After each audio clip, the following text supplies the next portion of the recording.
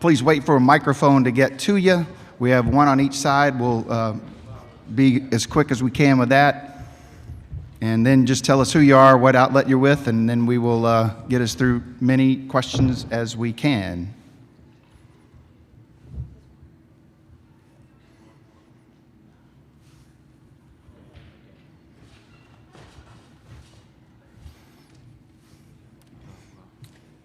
And as Coach gets settled here, we'll ask him for an opening statement, then we'll do questions for the student athletes, and then let them go and back to Coach. Coach, welcome back to Louisville.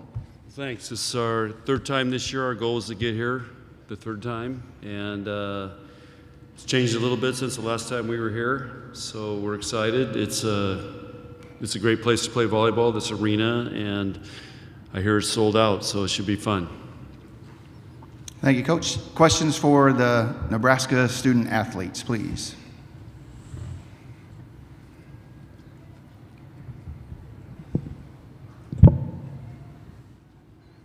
Middle aisle to the left, back row.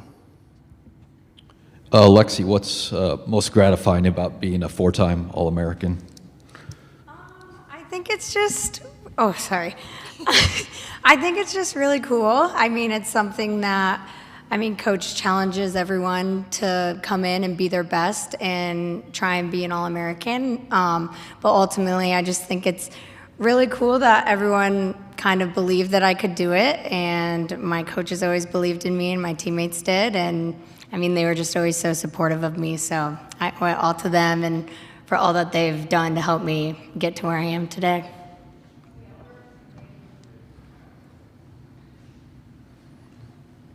More questions here? Let's go on the right here in the middle.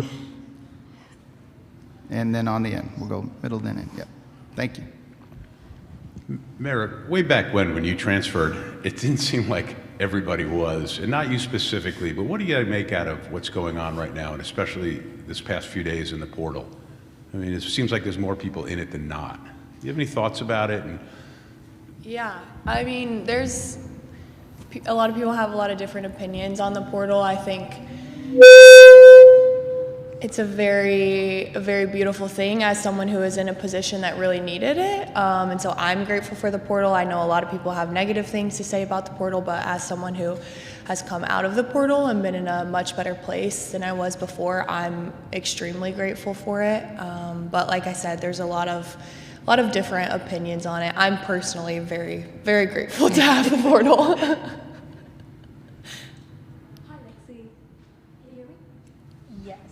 Hi, Aish with ESPN. I spoke with Justine Wong-Orantes yesterday, and she talked about how records are meant to be broken, and that she couldn't be more thrilled that you are the one that's about to.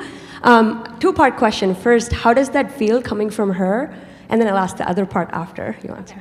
I think it means everything coming from her, and she's just such an amazing libero and such a sweet person, and she's someone that I've always looked up to ever since I was getting recruited by Nebraska, and so to even be in the same conversation with her is just insane to me, but yeah, she has just been so supportive, and it's truly meant the world. The second part of the question is, what is the scariest story you have to share as a libero? Scariest? Yeah, harrowing tale, if you will. I'm not sure. There's some scary moments, obviously. I don't know if I can pinpoint exactly one, but there's always times when there's an open net and a big hitter. Those are always the scariest, but I don't know, you get used to it as you keep playing too. Front row here on the left side. Bergen, how do you prepare for, a game like this? Like, what would you do the rest of the day to keep you, focused? Yeah. We have a pretty busy day just with all the media, and we have some team stuff tonight, so we have our day pretty booked out, but just in terms of preparing for the game, we say that we've been preparing for it since January. So not really getting too much in our heads or trying to do too much. We have our routine that we'll stick with tomorrow, our game day routine. But other than that, just kind of falling back on what we've been doing all season since the beginning of the year and just knowing that it's worked for us, so we're not going to try and fix it. Staying on the left side. Bergen, this is one for you. What did last year's experience teach you? What was your biggest takeaway, and how much of a benefit is it coming back to the Final Four, knowing you've been here before? Yeah, it's just a little more comfort and knowing that I've been through it before, and obviously this is a huge stage and this is what we work for all year, so I don't know if you can necessarily ever say that you're fully comfortable, but just having another year of experience, having it under my belt has helped a lot, just confidence-wise and comfort-wise, I guess, but we're really excited to be back and hopefully get it done this year.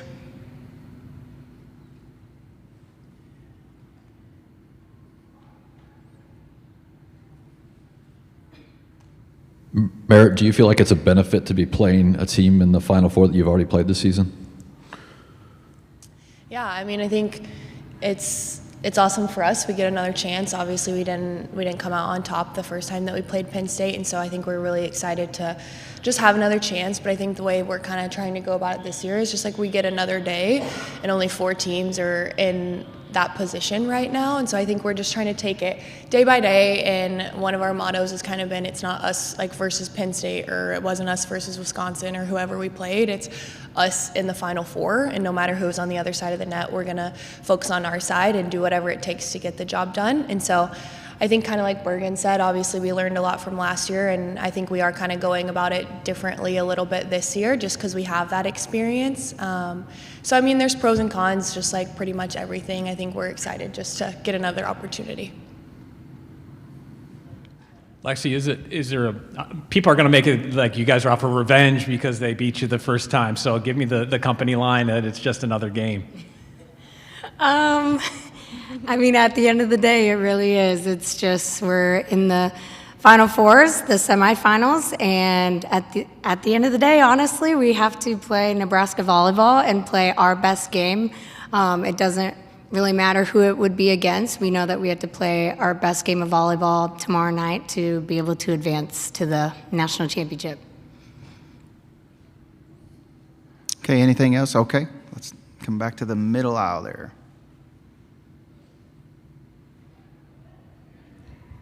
Jacob Badil with Hale Varsity. Bergen, Lexi's finalist for National Player of the Year. If you were making the case for her to win it, what would it be?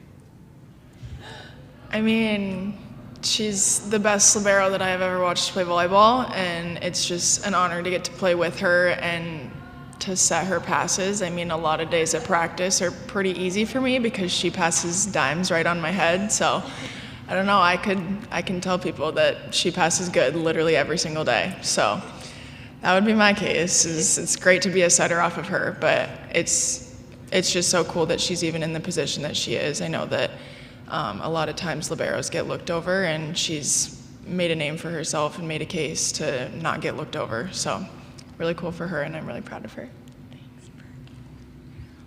Okay, anything else for the student athletes? Ladies, thank you very much. You guys can go. Thank you. Good luck. Yeah. Okay.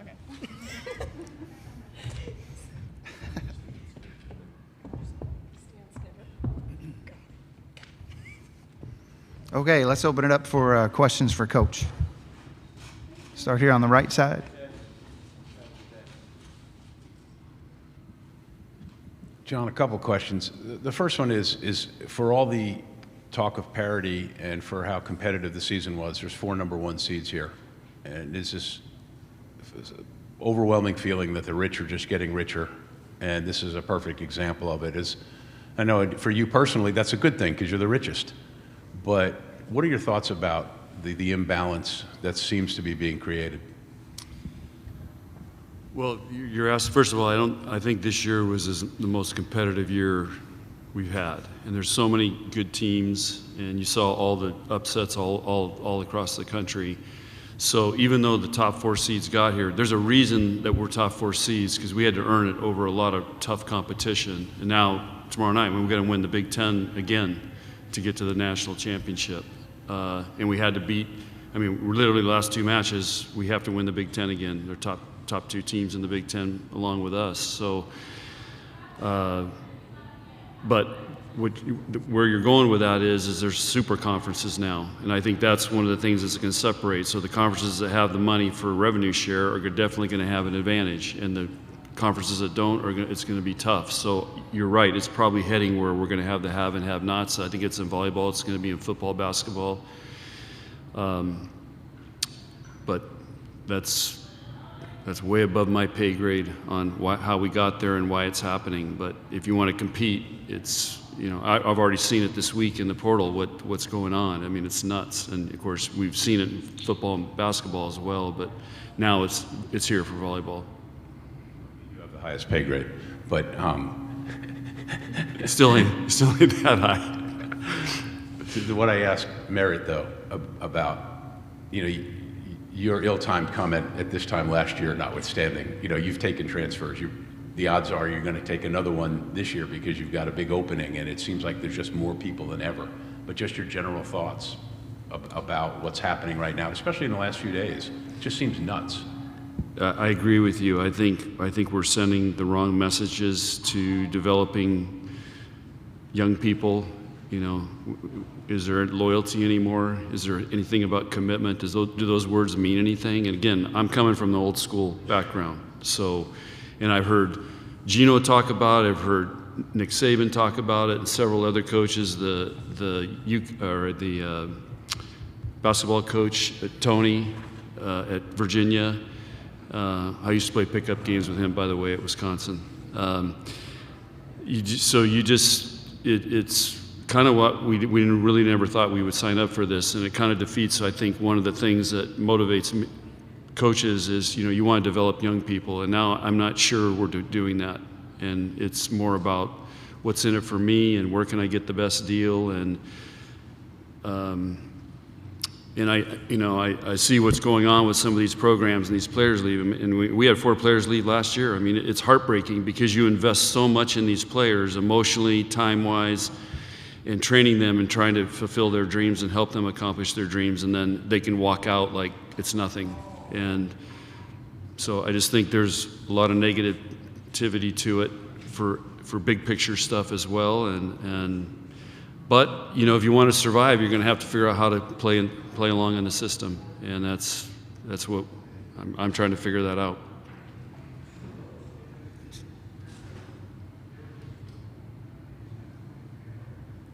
Coach, can you talk about your coaching staff, how much they mean to you and your players as well throughout the season? Well, it's, having a great coaching staff is a huge advantage to try to perform at the level we're performing at. And I feel very lucky because I've got Kelly Hunter, who's won 2 national championships, played in our program. Jordan Larson's done everything, played in our program. Jalen's been actually the longest assistant coach that has worked with me for the longest period of time of any assistant coach I've had. I've got 2 former assistant coaches and a player out there practicing right now in this thing. And so hiring good people and letting them develop and letting them do their thing. But it's not easy to keep everybody happy and work together, and there's a lot of work that goes into that, just like having a great family and having a great culture with our team. We're constantly working at it and trying to get better and challenge each other and then try to be on the same page with our players. Hey, John, I know you talked about the 2 kids that transferred from your program to Penn State earlier this year, but if you could just touch on their development and how they've kind of made a next step in their playing. Well, obviously they both had a great year. We had great plans for them. We knew they were good, and Maggie, once she went full-time volleyball, we knew she would really make a jump. And we also had a great plan for Caroline, but again, for whatever reason, those guys chose to leave, and they obviously went to another great program, and it's worked out really well for them. But we miss them. I mean, they were a year ago, they were right there in our locker room. So it's kind of bizarre when you think about it. and I'm seeing the pictures and stuff from last year. You know, they're in all the pictures and Big Ten championship stuff, and you know, here we are playing them to try to get the national championship. So it's like Lee pointed out. I mean, this is just nuts.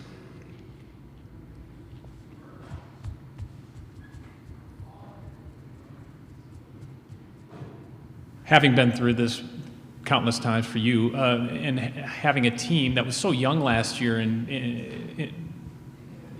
how beneficial was that experience last year? I know you didn't get the result you wanted, but how much will that serve you this time around?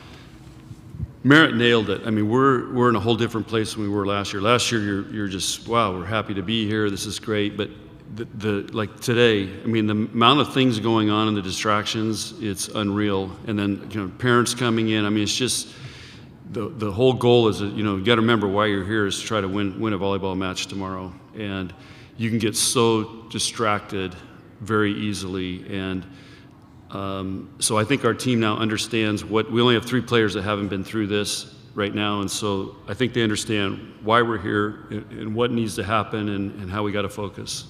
And it's a challenge. Carolyn for Penn State, what are all the reasons you think she was able to have one of her better matches of the year against you earlier this year? You have to ask her that. What do you need to do a better job against defending her tomorrow? We got to stick with our game plan, and you know, we have to play a lot better than we did at Penn State. So our team knows that.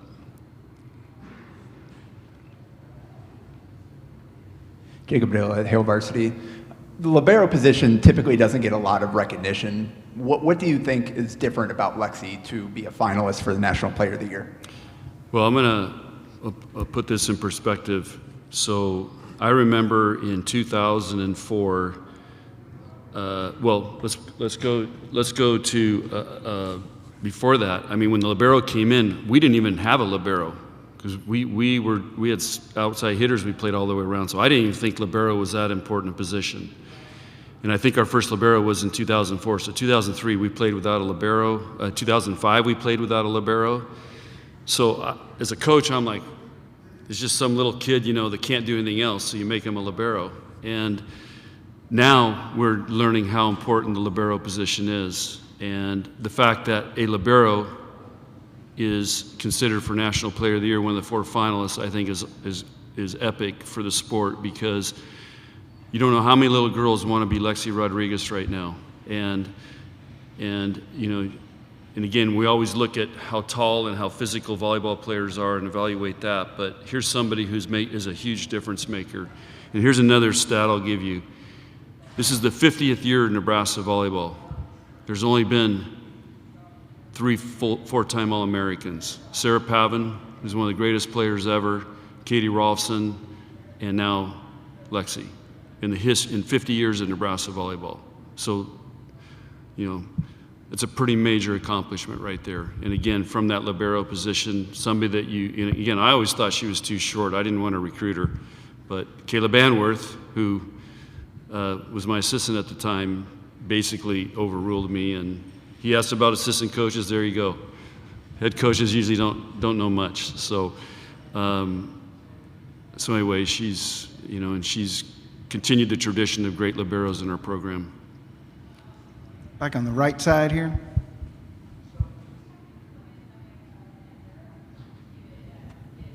What was the first year you gave a scholarship to a libero? Wow, that's a really good question. Well, the first one would have been probably Danny Busboom, because she was a setter, and I just read a thing. She had over 3,000 assists. You know, so she actually set quite a bit for us, 5'1" and 6'2". So she was probably the first one on scholarship. But probably Kayla was actually a walk-on, and then we put her on scholarship her second year. So she was probably the first one, but she started as a walk-on. Yeah. Merritt's obviously grinding on offense right now. What's going on? Hey, it's a tough game, so but she'll be fine. Anything else for Coach? One more, left side. Hey, John, I was looking at the last time you guys won the national championship, an old video clip, and you had mentioned a story about Kelly Hunter, that when she was a freshman, you said that you had questions whether she would even make it on the team. Can you just expand on that? I can't remember what the situation was there, and how did she develop, not only on the court, but off, maturity-wise?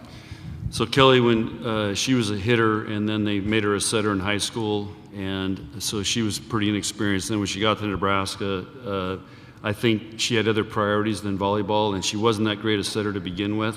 So it wasn't pretty, and I'm like, she can't locate the ball, and I don't know if she's ever going to play here. And it's one of the reasons we went out and got a transfer setter. And then her second year, we redshirted her, and that was a tough decision. She didn't really want to do that, but it ended up working out pretty good for us, and she developed into a great setter. She still is a great setter. Jordan's trying to talk her into going to the national team all the time.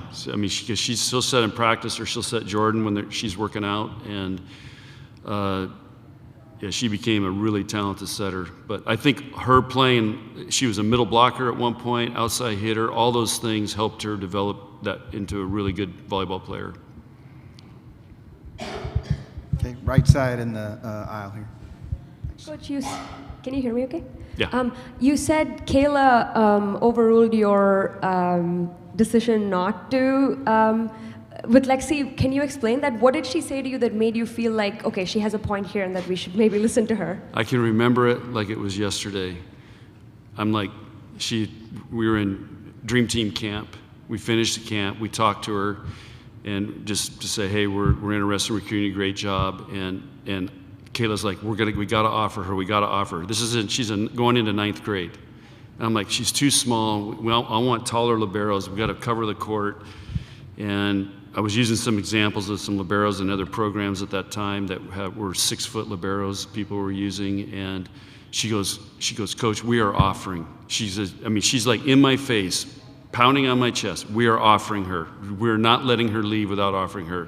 So I did, and Lexi walked from my office to the elevator, which is about 40 feet, hit the button with her mom. They were getting ready to go down. She stopped, walked back in my office, and committed. That's the story. So here we are. We're at time goes by fast. All right, time for one more, or we can let John go here. We'll let him go. Thank you very much. Okay, Coach. guys, thanks. Good luck.